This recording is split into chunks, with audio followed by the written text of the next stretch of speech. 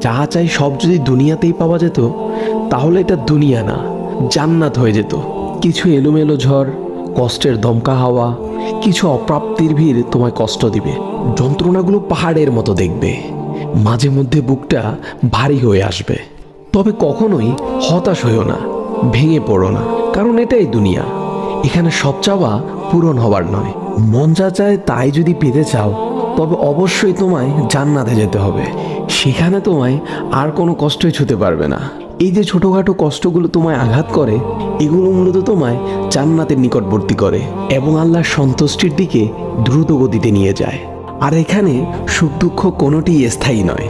এখানকার সব কিছুই সাময়িক, আর আখেরাত হলো চিরস্থায়ী। সেখানকার সুখ দুঃখ চিরস্থায়ী। ক্ষণস্থায়ী কষ্টগুলোর ব্যাপারে অত চিন্তা করে কি লাভ? আল্লাহ সুবহানাহু ওয়া তাআলা বলেন, জান্নাতে তোমাদের জন্য তোমাদের মন যা চায় তাই আছে।